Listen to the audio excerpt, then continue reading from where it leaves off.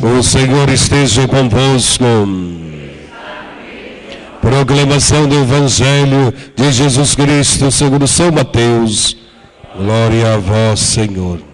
Naquele tempo, disse Jesus a seus discípulos: ninguém pode servir a dois senhores, pois ou odiará um e amará o outro, ou será fiel a um e desprezará o outro. Vós não podeis servir a Deus e ao dinheiro. Por isso eu vos digo, não vos preocupeis com a vossa vida, com o que haveis de comer ou beber, nem com o vosso corpo, com o que havereis de vestir. Afinal, a vida não vale mais do que o alimento, e o corpo mais do que a roupa. Olhai os pássaros do céu, eles não semeiam, não colhem, nem ajuntam em armazéns. No entanto, vosso Pai que está nos céus o alimenta. Vós não valeis mais do que os pássaros? Quem de vós pode prolongar a duração da própria vida, só pelo fato de se preocupar com isso? E por que ficais preocupados com a roupa? Olhai como crescem os lírios do campo, eles não trabalham, nem fiam. Porém eu vos digo, nem o rei Salomão, em toda a sua glória, jamais se vestiu como um deles. Ora, se Deus veste assim a erva do campo, que hoje existe e amanhã é queimada no forno, não fará Ele muito mais por vós, gente de pouca fé? Portanto, não vos preocupeis dizendo: que vamos comer, que vamos beber, como vamos nos vestir? Os pagãos é que procuram essas coisas. Vosso Pai que está nos céus sabe que precisais de tudo isso. Pelo contrário, buscai em primeiro lugar o reino de Deus e a sua justiça, e todas essas coisas vos serão dadas por acréscimo. Portanto, não vos preocupeis com o dia de amanhã, pois o dia de amanhã terá suas próprias preocupações. Para cada dia bastam seus próprios problemas. Palavra da salvação. Glória a vós, Senhor. Que as palavras do Santo Evangelho perdoem os nossos pecados. Amém.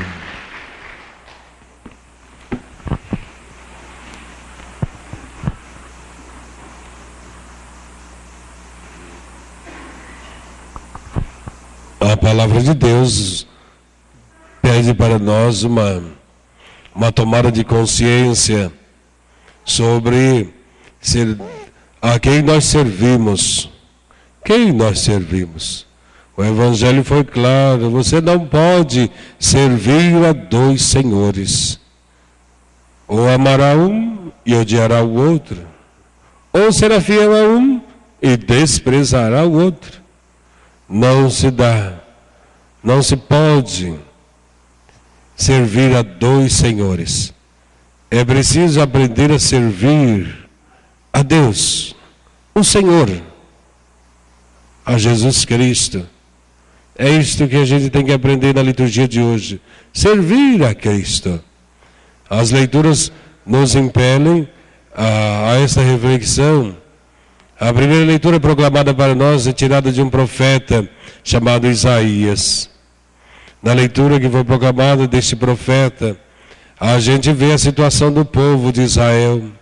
O povo de Israel dizia: o Senhor nos abandonou, o Senhor se esqueceu de nós. Esta era a lamentação do povo de Israel. A gente também de vez em quando fala isso, igual o povo antigo. A gente às vezes não pensa: Deus me abandonou, Deus não olha por mim, parece que Deus não está vendo o que está acontecendo. Às vezes temos uma sensação de que estamos sozinhos. A leitura vem responder a essa indagação, a esses questionamentos. Deus mesmo vai responder através do profeta: pode uma mãe se esquecer do seu filho? Se houver alguma mãe que faça isso, eu, porém, o Senhor, não faria. Olha que coisa bonita que Deus falou. Que Deus não se esquece de nós. Deus não abandona. Mesmo que a gente tenha a sensação de estarmos sozinhos. Sozinhos na luta, sozinhos na caminhada. Deus não nos abandona. É como uma mãe que ama o seu filho e nunca abandona o filho. Assim é Deus. Então você nunca se sinta abandonado e tente experimentar esse amor que Deus tem por cada um de nós. Se a gente descobrir, perceber que é amado por Deus, fica mais fácil amá-lo também. E aí teremos muito mais condições de servi-lo do que servir a outras coisas. Diz Jesus: não se pode servir a dois senhores. Quem serve a dois senhores tem um coração dividido. Quem tem coração dividido não ama. É confuso. O Evangelho fala explicitamente sobre isso. E fala: vós não podeis servir a Deus e ao dinheiro. Não se pode servir a dois senhores. Há pessoas que amarram o coração nos bens desse mundo, a ponto de desprezar a Deus e sua lei, os seus mandamentos. Amarrou o coração aos bens deste mundo. E aí os bens desse mundo, as coisas que vai possuindo, que vai conquistando, vão tomando lugar ao coração, e Deus vai sendo retirado. Ocupa o lugar de Deus. E a gente tem que aprender. Qual que é o primeiro mandamento da lei de Deus? Dos 10 mandamentos, qual que é o primeiro? Vamos amar a Deus sobre todas as coisas. Às vezes a gente não vive esse mandamento, porque está amando mais coisas, mais bens e mais o dinheiro. O dinheiro, a busca desenfreada por bens, pelo poder e por outras coisas, leva muitas pessoas a matar o irmão, a desprezar os amigos e a se distanciar da família. Não se dá para servir a dois senhores. Não se caminha junto, Deus e a busca desenfreada pelo dinheiro e pelos bens. Não se dá, porque você ocupará todo o seu tempo para um ou para outro. Não caminham juntos. As duas coisas também dão ordens opostas. Enquanto Deus pede para a gente amar, o dinheiro fala para a gente desprezar o irmão. Enquanto Deus fala, seja solidário e partilha, o dinheiro fala, acumule, ajunte, construa celeiros maiores. Enquanto Deus pede para a gente amar as pessoas, o dinheiro vai falar que depende das circunstâncias. E o amor deve ser interesseiro. Vejam que o dinheiro aponta, sugere coisas opostas ao que Deus ensina. Não se pode servir a Deus e ao dinheiro, ter dois senhores. Como é que a gente sabe se o dinheiro está tomando o lugar de Deus na nossa vida? Como é que sabemos? Simples. Verifica na tua vida. No que você pensa mais, em Deus ou no dinheiro? E aí você vai ver se ele está tomando o lugar de Deus. Pensa mais em Deus, é importante. A gente sabe que temos que lutar por dignidade dos trabalhadores, por justos salários, que as pessoas precisam ter o necessário. Todos nós somos favoráveis e temos que lutar por direitos do povo. Mas a gente não pode ir só numa direção e se esquecendo dos compromissos e do amor a Deus. A gente não pode se transformar em materialistas, no sentido de que a vida é dominada só por bens materiais. É preciso um outro horizonte para nortear a vida. É o amor a Deus que vai fazer a gente tomar decisões acertadas na vida e caminhar numa direção correta. A gente tem que aprender. Então, duas coisas com esse evangelho. Primeiro, Jesus falou: toma cuidado, é um perigo, o amor ao dinheiro. Judas foi por amor ao dinheiro que traiu Jesus, 30 moedas de prata. O amor ao dinheiro estraga a amizade.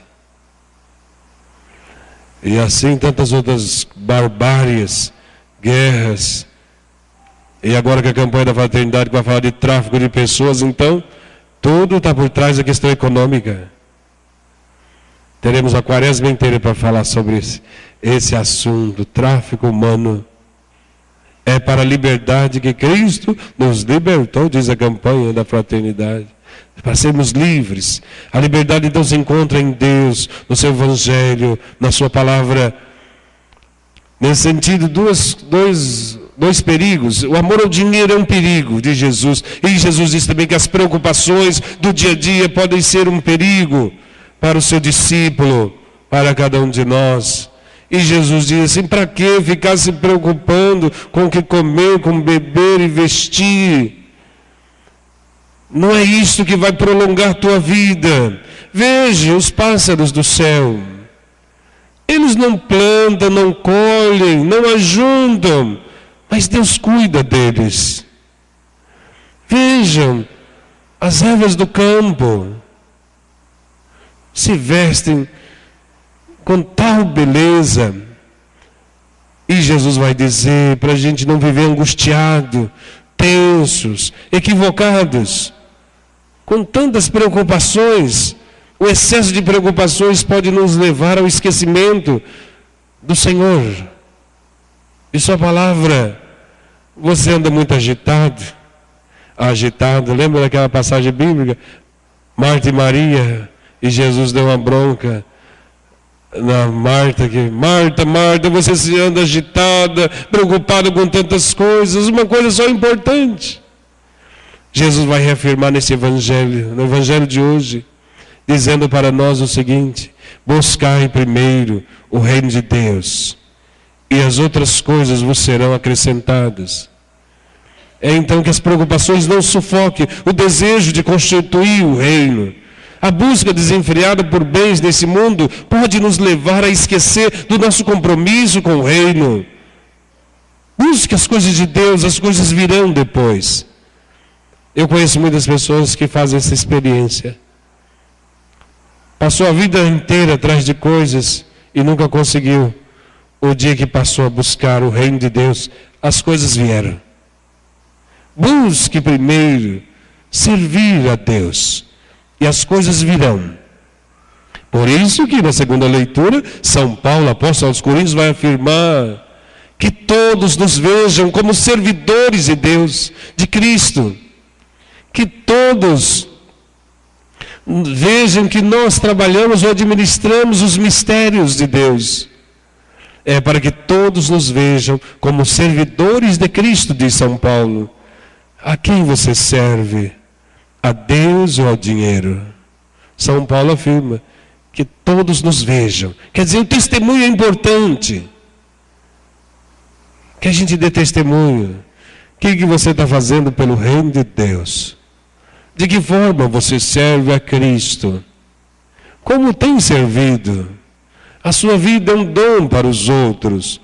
Ou você ainda não entendeu a mensagem do Evangelho? E conta uma história assim, que na Índia estava lá a Madre Teresa de Calcutá com algumas freiras, cuidando dos doentes, e passou na rua um homem. Todo mundo ficou olhando ele. Depois ele subiu novamente a mesma rua, todo mundo olhando para ele. E a freirinha perguntou para a Madre Teresa: a senhora conhece aquele homem ali? Ela falou assim: conheço. Ele é tão pobre que só tem dinheiro. Quem vai em busca só de dinheiro é pobre e miserável diante de Deus. Porque o que torna uma pessoa rica não é os bens que possui, mas o modo como se comporta e que se coloca diante das pessoas de Deus e do mundo. A quem você serve? Diz Jesus: por acaso você pode prolongar a tua vida? Não. Confiemos na providência de Deus. Busque o reino de Deus, as outras coisas virão. A gente tem que aprender muitas coisas. Conta uma outra história assim, que um professor de matemática entrou na sala e eram todos alunos de matemática, segundo ano de matemática, e o professor disse: olha, vou dar uma prova para vocês hoje importante. E os alunos da área de exatas pensaram: deve ser prova difícil. E o professor falou assim: eu vou fazer uma pergunta, vocês respondam. Até o fim da vida de vocês, quanto de dinheiro vocês precisam para viver? E aí começaram a fazer as contas de multiplicar, de subtração, de divisão, contando a inflação, contando outras coisas que poderiam ocorrer no período da vida, e todos fazendo as contas, e aí chegaram alguns resultados. E o professor disse: e aí? O primeiro aluno falou assim: eu preciso de 10 milhões de reais. O segundo falou: eu preciso de 20. O outro falou de 30. O outro falou: eu preciso de 100 milhões para viver. E o professor diz assim: vocês erraram a conta. E os alunos: como, professor, erramos a conta? Usamos todos os cálculos e todas as bases de cálculo para chegar a esta conclusão. E o professor diz: esta conta de vocês está errada, porque ninguém sabe o tempo que Deus vai te dar. Sem saber o tempo, toda conta é errada. Moral da história: nós fazemos cálculos a todo momento, mas nunca levamos em conta o cálculo que Deus faz para nós. Quanto tempo vamos viver? Você tem que aprender a viver bem. Você não pode servir a Deus e ao dinheiro. Tem que servir a Deus e aos irmãos. Tanta coisa a gente pode fazer nessa vida. Tantas coisas a gente pode fazer pela família. Tantas coisas pode falar pelos irmãos, pela comunidade. É o mesmo que dizer: Senhor, estamos multiplicando os dons que nos deste. Nós não estamos enterrando, nós estamos multiplicando. É assim que vive. Então não viva apressadamente, de forma angustiada, como se a sua vida dependesse estritamente, unicamente de bens. A sua vida depende de outras coisas. E estas outras coisas Deus oferece para nós. E Ele diz que nunca nos abandonará. Como a mãe que não abandona o filho, Ele também não nos abandonará. Portanto, está proibido falar que Deus se esqueceu de você. Nunca mais fale uma besteira dessa. Nunca fale assim: Deus está longe de mim. Está errado. A própria palavra ensina que Deus nos acompanha no caminho da vida. Louvado seja nosso Senhor Jesus Cristo, para sempre seja louvado. Creio em Deus Pai Todo-Poderoso, Criador do céu e da terra, e em Jesus Cristo, seu único Filho, nosso Senhor, que foi concebido pelo poder do Espírito Santo, nasceu da Virgem Maria, padeceu sobre Pôncio Pilatos, foi crucificado, morto e sepultado, desceu à mansão dos mortos, ressuscitou o terceiro dia, subiu aos céus, está assentado à direita de Deus Pai Todo-Poderoso, donde há de vir julgar os vivos e os mortos. Creio no Espírito Santo, na Santa Igreja Católica, na comunhão dos santos, na remissão dos pecados, na ressurreição da carne, na vida eterna. Amém. Façamos a Deus nossas preces, nossos pedidos, com amor e confiança.